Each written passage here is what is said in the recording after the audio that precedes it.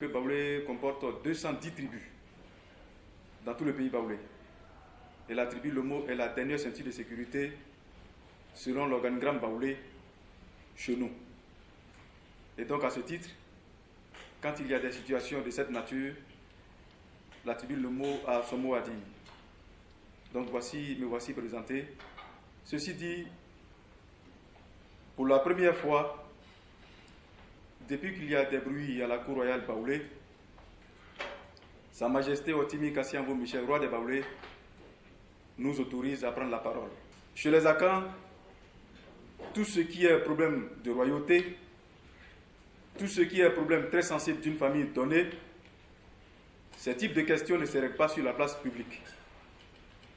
En général, tout se règle à la maison. Et à son absence, vous les journalistes, vous le savez bien,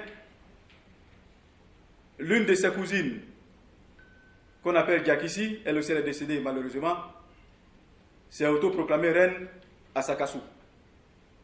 Voyez-vous que je parlais d'éléments exogènes. Donc c'est une situation qui a mis le royaume baoulé dans un inconfort que nous savons tous. Quand il y a un décès, on fait d'abord les obsèques.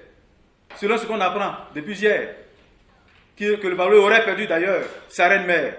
Vous savez, il y a une façon d'annoncer le décès d'un baoulé lambda, a fortiori un souverain ou une souveraine. On attend de saisir nos chefs de famille pour vérifier la véracité du décès de notre reine-mère, et puis bon, on verra. Mais à ce niveau, je voudrais dire ceci. Mais depuis quand une reine-mère décède, et on parle d'une succession d'un roi, les reines-mères se succèdent entre elles, et les rois se succèdent entre eux. Dans toutes les cours où habitent des êtres humains, il y a forcément des difficultés. Mais comment on gère le problème? C'est de ça qu'il s'agit. Vous comprenez? En tout cas, dans l'introduction, j'ai dit que c'est la première fois que Sa Majesté Otimi nous donne l'autorisation de prendre la parole pour faire une conférence de presse. Vous avez des parents, j'imagine. C'est sûr que vous avez eu quelques accrochages avec votre papa ou votre maman un jour. C'est dans le quotidien des vivants. Hein. Moi, ma mère vit, j'ai encore la chance. On s'accroche tous les jours, après on s'embrasse. Mais ça, c'est le quotidien des hommes. Mais dans le fond, on n'a aucun problème avec notre maman. Ce que nous savions, c'est qu'elle était malade. Otimi Kassiambo Michel, son fils, mais aussi roi des Baoulés, avec l'accord de sa cour, l'accord de quelques institutions étatiques, s'est déplacé en Turquie, aller voir sa mère. Il y a trop de bruit. Et nous sommes trop calmes, nous aussi.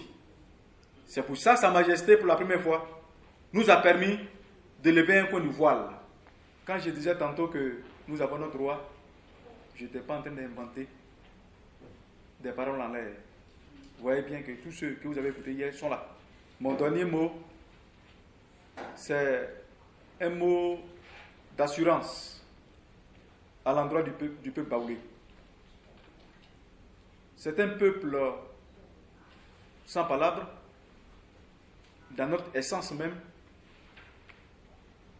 Donc je voudrais dire à Oyo, à ce grand peuple-là, qui n'a que trop souffert de ces choses.